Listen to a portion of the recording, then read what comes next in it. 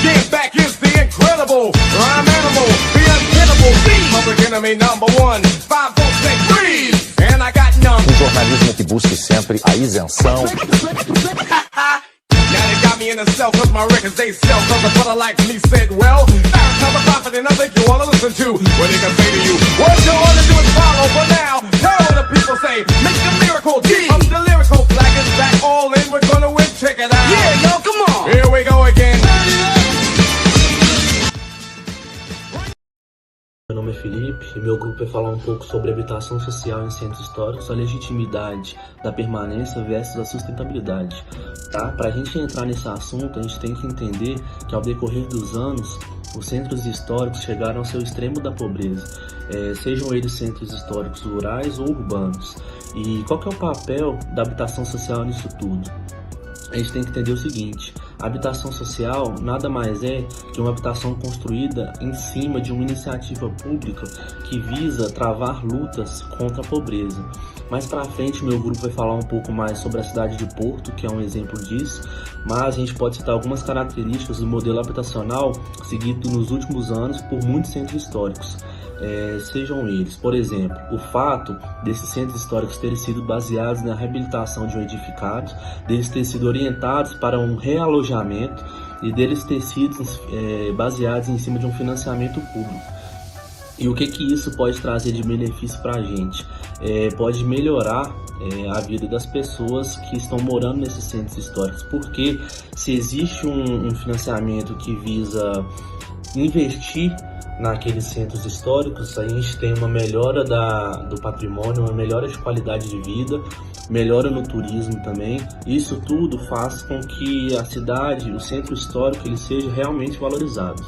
Falando um pouquinho do modelo habitacional para o futuro, hoje nós vemos que as características do modelo habitacional elas são baseadas em duas vertentes, tanto no realojamento como na reabilitação dos edifícios, tendo como base o financiamento público.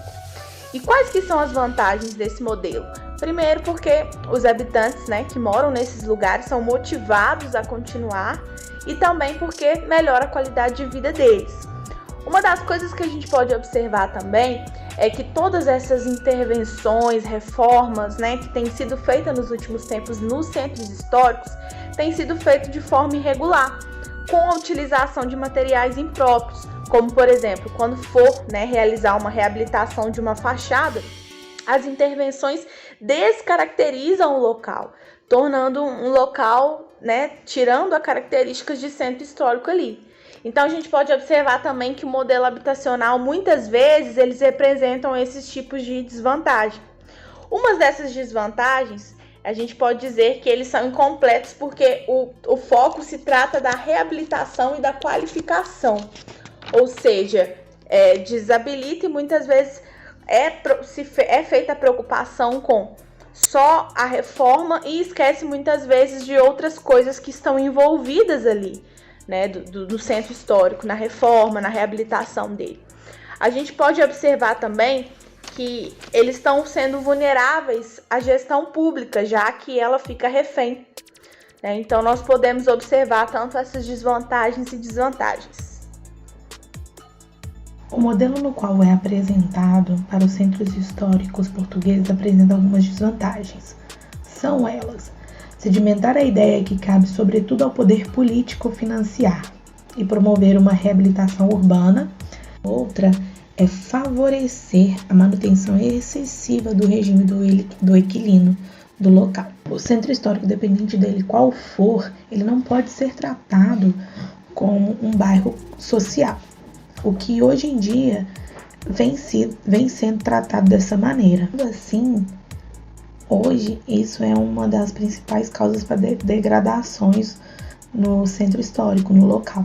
Todo o texto deixa claro que ele gostaria que fosse modificado o modelo habitacional que vem sendo seguido. No modelo habitacional, a gente consegue diminuir ou até mesmo eliminar, as desvantagens que vêm sido propostas aí. Alguns centros que já estão extremamente degradados e para futuros centros, propõem-se algumas características que mudem esse tipo de modelo habitacional. O modelo ele deve ser baseado em cima de um restauro integrado, não só um restauro sobre o edifício ou espaços públicos na cidade, nesse centro histórico.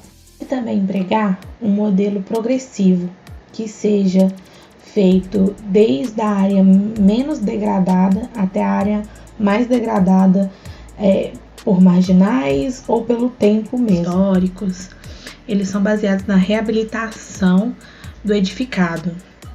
Dessa forma, é uma reforma inteligente. Quando a gente fala sobre a reabilitação do edificado, a gente tem noção que o modelo ele deve basear nos financiamentos públicos na sua fase inicial. Porém, vai ser sustentado a restante da obra por financiamentos privados. Dessa forma, eles se tornam edifícios devolutivos, como no caso de Porto. Para que seja possível, esse novo modelo ele deve promover mecanismo de autorregeneração. População residente e frequentemente entendida como a alma do centro histórico. O que faz o centro histórico são as pessoas que residem lá, não nos lugares, não nos edifícios, e graças a essas pessoas que moram nos centros históricos, que fizeram a Unesco conceder o título de Patrimônio da Humanidade em Porto. Mesmo que não houvessem pessoas no Porto, o título ainda seria mantido. Por quê? Se não fossem essas pessoas vivendo para contar suas histórias e acontecimentos que tiveram em Porto, deixariam de ser um centro histórico. Como foi citado, de acordo com Maria José de Azevedo, vereadora da Câmara Municipal do Porto, que o centro histórico do Porto, que com as suas evidências de pronúncia ficou popular do Porto, não é típica do Porto, e sim das pessoas do mundo rural, pessoas mais humildes em questões de renda e estudo. E que na metade do século XIX e início do século XX existia um êxodo rural no Porto. O que seria um êxodo rural? São pessoas que saem da vida do campo e migram para os centros urbanos em busca de melhoria para a vida de suas famílias. A construção econômica dos habitantes tornou-se elemento identitário dos centros históricos. Os centros históricos são associados por políticos e culturalmente como sendo espaços de certa pobreza, como se fosse algo que devesse ser mantido. Mas essas mistificações são contrárias à sustentabilidade do centro histórico, como um ambiente heterogêneo e equilibrado em termos socioeconômicos. Essa mistificação ela está tão enraizada que eles sempre ficam mais prejudicados. Houve ainda uma citação em um antigo jornal em que dizia que incluir o centro histórico na reabilitação da cidade é admitir que terá novos habitantes, mas optar por jovens expulsando quem lá vive é um ato de exclusão social. Porém, esse tipo de pensamento sim gera uma exclusão social das pessoas que lá já vivem, pois elas fortalecem a sedimentação do centro histórico como sendo uma zona exclusivamente vivenciada por pessoas desfavorecidas. Além do mais, os jovens eles não são a panaceia dos centros históricos, uma vez que eles são somente um dos grupos que devem ser representados em uma cidade equilibrada.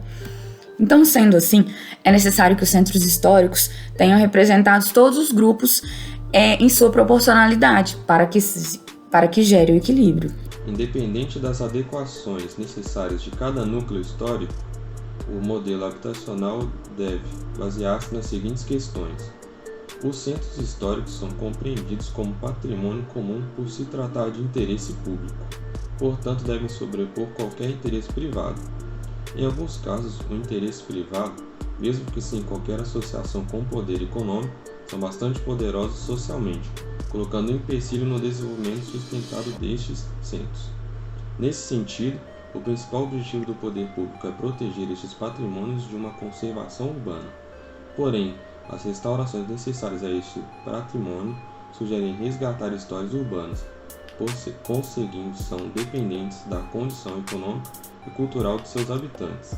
Isto posto, é necessário que haja interesse privado visando contribuir para a melhoria destes núcleos históricos devastados, mas desde que cumpram com as normativas legais do poder público. Todas essas ações mencionadas anteriormente são parte de uma estratégia de restauro urbano integrado. O ideal para isso, seria ter técnicos, com formação interdisciplinar, mas isso não tem em Portugal. O problema nos centros históricos em Portugal, ele é interdisciplinar e não multidisciplinar. Bom, no artigo, ele fala que a cidade de Coimbra, em Portugal, os centros históricos de lá são bem decadentes, vazios e muita pobreza. E para deixar de ser assim, para ser locais privilegiados, ela não é só tarefa para os arquitetos, exige claramente a necessidade de ter técnicos voltados a essa formação interdisciplinar. Se for no caso multidisciplinar, teríamos que ter técnicos de várias áreas, e acaba que foge do nosso foco principal, que seria os centros históricos, Em Mertoal, no ano de 2004, eles fizeram um encontro nacional lá, fizeram um encontro nacional de municípios com centro histórico. Lá neste encontro, criaram um modelo de gestão para os centros históricos. E nesse modelo, eles colocavam que o arquiteto ele passaria a ser monitorado por um técnico que tivesse essa formação interdisciplinar, ou seja, um técnico especializado em problemáticas nos centros históricos.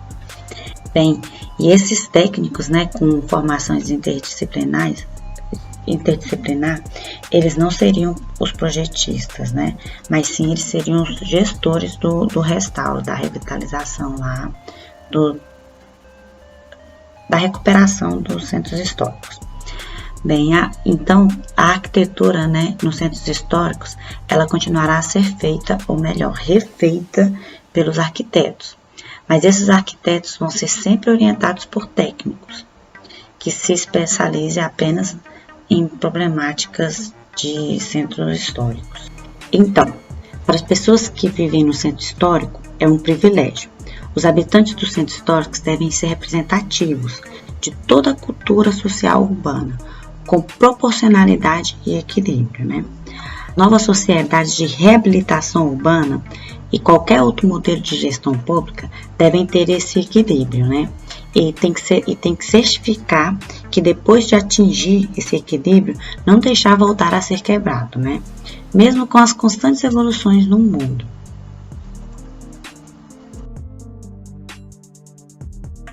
The world